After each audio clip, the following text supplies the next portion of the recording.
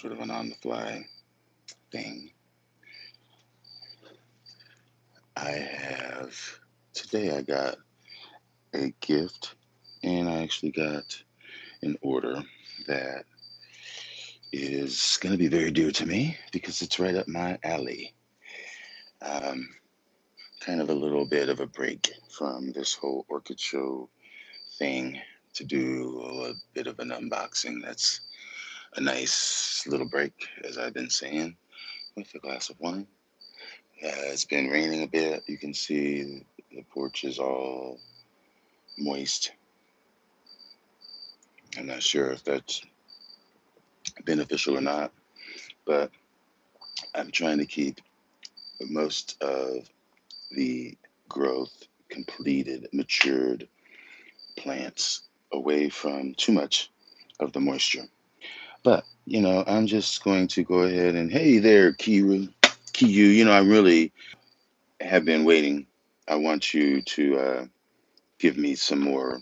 And I don't know why I didn't put the, what is my, I thought I could put oh, here we go. All right, that's what I was looking for. Yeah, we had talked about, your little presentation just to pass out a little reminder. I'm really excited about that because I want to see your collection, your whole thing. So I'll just leave it with that. So, this was a gift that I got. I'm just going to start on with this one. Yes, what's in the box is, well, it's what's on top of the box first, Denise. I figured you would be the first one here. But this was a gift from Tony Wells, and this is a division, as you can tell. I mean, this is not normally what they put stuff in.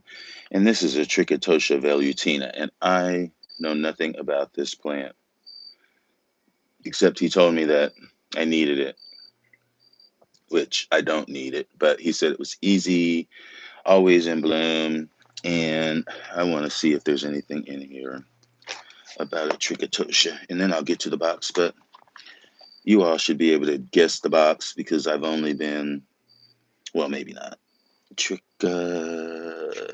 No, no Trichotosha, unless I'm not spelling it right. Well, anyway, I found some information on it, but not so much. Well, basically says intermediate temperatures and not so long lasting small flower, but that's not what's in the box. That's a gift. This is what is in the box right here, and this is the piece de resistance for me, anyway, because I don't really have to do research on this. This is more like collection. This is like padding my collection. So I'm just going to pull out one of the tags, and you can see it says Angraecum Cherryame Buckenridge. So it's basically it's an Eburnum, Angraecum Eburnum variety I don't know if those are separate species or if they're classified as just varieties of Eburnum or Superbum. And these are kikis, but so these will get as big as, the crestwood over there is well, it's Cespisquidale, much bigger than that. But I just am fascinated with all of them. And I don't have a Superbum because this is the variety Cherry. Let me see if this actually says it in here. Although I know I'm right. Well, it really doesn't say. Let's see. I know my other book says it, so I'll just have to get that one out tomorrow because it lays it all out as far as the different varieties and the different. Because Longa calcar is also a variety of Eburnum. So this is another one of those subspecies like Longa calcar, which you've heard me talk about so much as being a bucket list. And so the other one that I got here, which is right here, that one is Appalachian Star times Sesquisquidale. So I'm not sure. Appalachian Star May, I'm not sure what it is, but I believe this is still a smallish plant. Nice root. But, I probably will just try to get some of that moss away and then break the pot, not to force the roots out, like a corner, like a whole corner, and then stick it in and fill that area in with either probably lava rock, mix of lava and that cocoa husk because they love their moisture. So, but yeah, I'll try to get that not not thoroughly unpot, but I'll just try to pick it sort of the top layer and or just dump it upside down and try to, you know, knock it out naturally, not to dig in because there's a lot of roots and I don't want to disturb them even though it's less susceptible. Oh, oh, I know. Whenever. I'm just reminding you, although I know I don't have to. I'm just reminding you of my enthusiasm for it. Um, so, whenever I'm here. Uh, but yeah, so these are what I got. So I think these are fair. They fit within my MO as far as angraecums. Well, this was a gift. I'm still figuring that one out. I have to do my research, and again, if it requires more than what I can do, I will either give it away or it'll die. So, but I am very pleased with these because I've had much success with just my angraecums this year. So I am really looking forward to those, adding those to my collection. And the same with this, I'll probably just pick at whatever is on the top layer or like do like that and let it fall out naturally and then just top fill it like that. That's, just to keep it from being so disturbed. And I'll have to do my research on this. This is the Trichotosha velutina, which I know nothing about, but loving my angraecums for sure, which are doing so well. That's my compactum. They do look stunning. I am very happy. I mean, because even if those are kikis as a subspecies of Eburnum, I mean, they kick my longa calcar's booty because I mean, even I'm sure that these will probably be okay. My Linford White Beauties, the pieces that I saved off of that plant. So I'm feeling pretty good. There's one of my Magdalenae. The only thing that I'm really trepidatious about is right here, which you can see that's my Longa Scott. But yeah, here's my Crestwood that looks excellent. Even my there's Mauritiana, and then there's my Joyce Stewart back there, and here's Scotianum. Cross here of Shooting Star. No, it's Gem Star. And here's another. That's a Vigui. No, this is a Grandolina. So I am doing well. This is my Linford White Beauty. I got to get one of those down there today, weekend at the show. And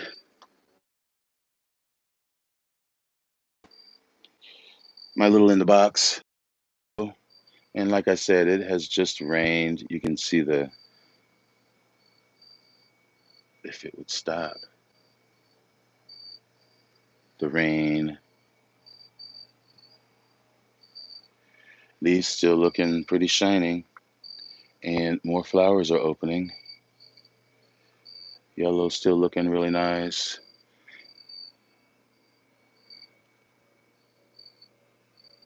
I wish these would open up, but the buds are so tight. Venosa, hey there, Tracy. Oh, oh, well, we've gotten rain every day. I think I'm gonna have to take this out. That's the Mount Toro. It's just there. I knew that it would not make it till Friday, but this will be fine once I turn it around and move it. And this is surprisingly is still holding up in there. I am shocked. So, and of course we've got these files over here that will, and then these down here that will make up my display. And this beauty, that is a Brethren original. Look how that glistens. Lovely, lovely, lovely. So, yeah, I'm thinking about registering my corner cervi. I wish I had a few more flowers on it, but we will see. That's probably, maybe that. I don't know. I don't really care about all that. Maybe even my Acreopsis, because that actually is going to be quite a show come Friday. Because all of those, it will be in full bloom. I just know it will. But I am not going to be too long on here. I just want to, let me see. No cucolata fragrance. Maybe it's too early yet. Yeah. Which one are you looking for? I've got, you know, which I've got all of, well, I know which ones are the best to me. Uh, hmm. That's an interesting conversation because you know I love, but I think I pretty much, well, Rhoda Stictum is one that I want to get, Atriviolation. But the others I have successfully, and in my favorite, well, I don't have my favorite actually, Johnsonii, but Alexandri is a close second. I don't. Solemniis I've struggled with, and I just gave them up. Yeah, I just can't do Tolumnius because they're another small orchid that just gets lost in the shuffle. So, sorry.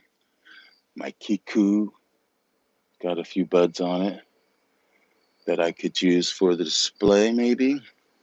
But yeah, Colada.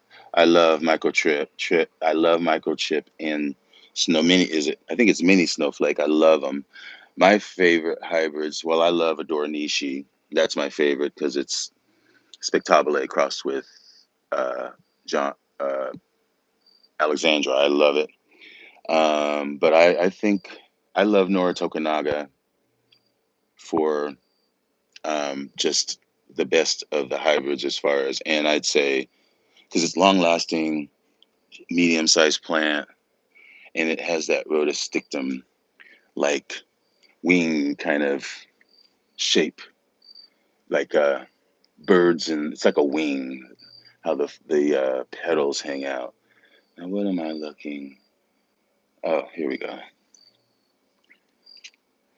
And there's some more buds. You know, the thing with those is you really have to water them.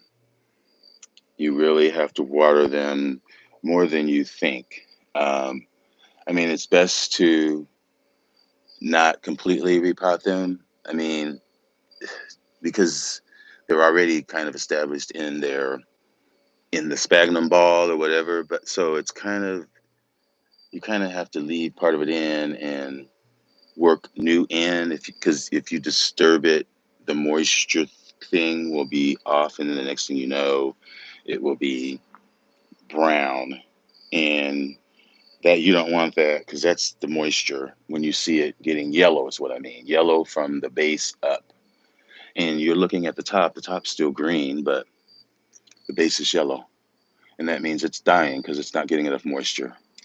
And there's my newly opened perenniae.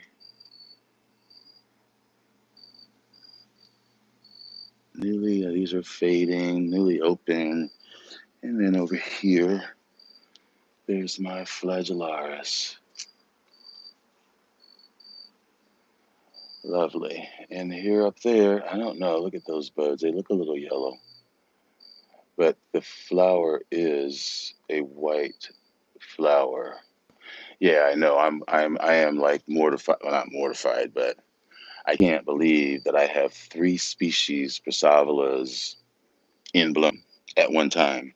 And there's another spike right there. That's my flagellars that I've had for, geez, a year, and it should do something. So I am really happy. And that's my favorite perenniae. And that smells, it is smelling like light jasmine. uh, well, I think they've already been crossed. I just have too much going on right now to do any of that. I mean, I'll be happy to send you a seed pod if you'd like. I've got a lot of seed pods around here. I mean, there's a few up there. These are encyclias. That's an encyclia cross. No, that's a species, Dickinsonianum. There's two seed pods. I mean, I just I mean, I have too many orchids to be trying to do flasks and compots, and I want specimens, if you get my drift.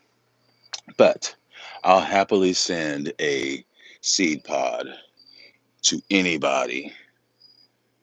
So, and I know I've got a seed pod on, oh, it's right here, Tanpensis. And there is my Gongora grossa. It's a lot of work. I've tried doing uh, flasks, and if you're not on top of it every day, you might as look. I bet that's the squirrels because they run along the top and like they're racing. And that was what? Oh, okay. Was there? Oh well, I'll deal with that tomorrow. I am sure I'm out here in the dark, and you guys are out here with me. So I am going to turn around and turn this off and go back over to what we were doing. But yeah, that is very, very, very special to have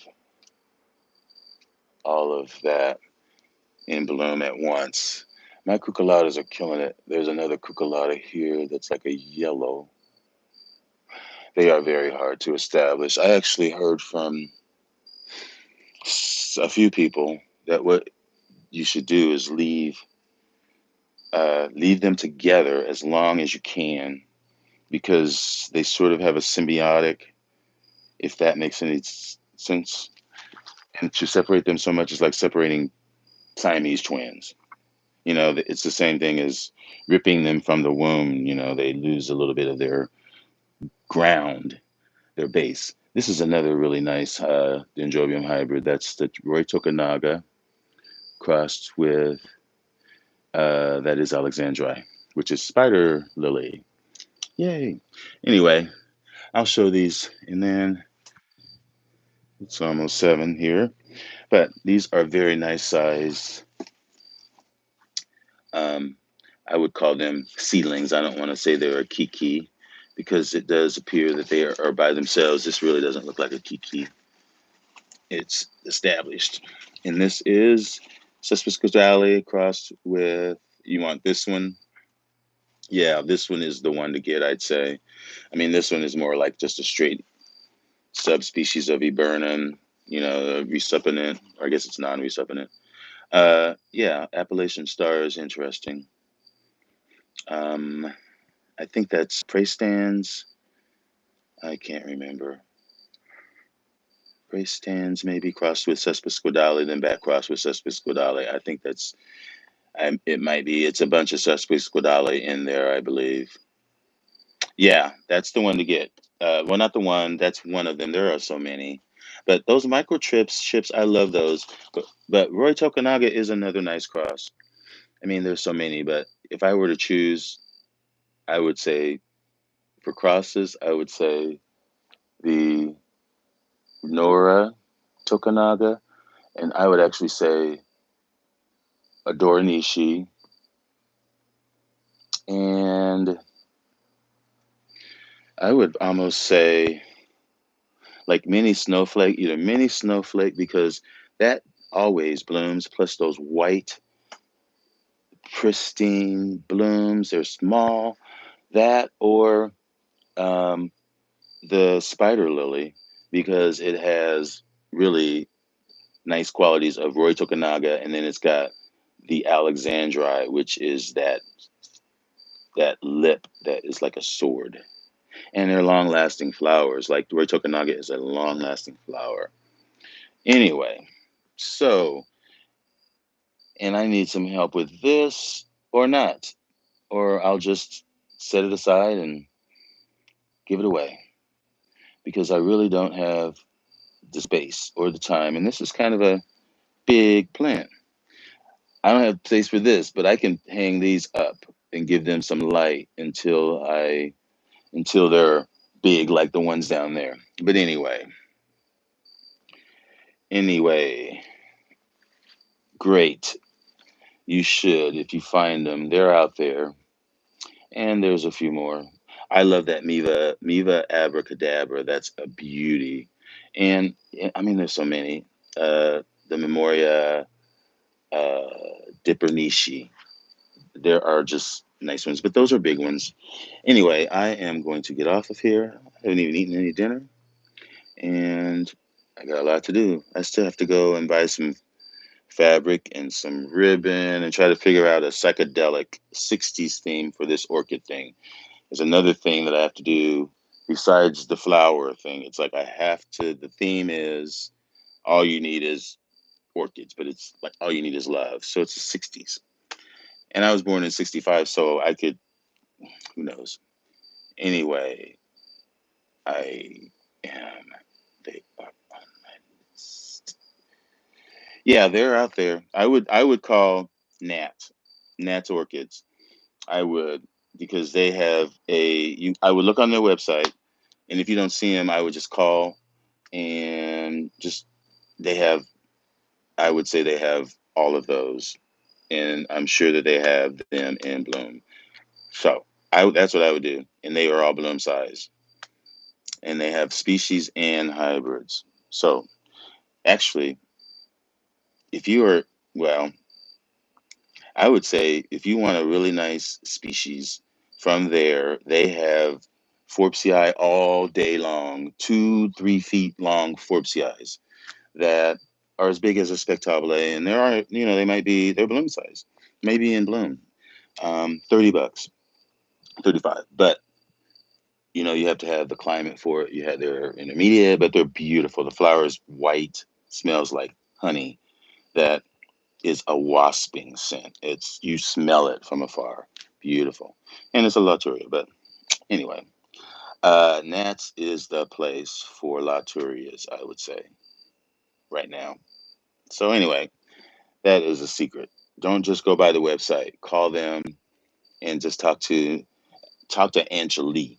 She don't talk to Nat. Just ask for Angelique, his wife. She knows everything right on the phone. Nat has to go look. I mean, if you tell him Terry, she'll really love you if you tell her Terry.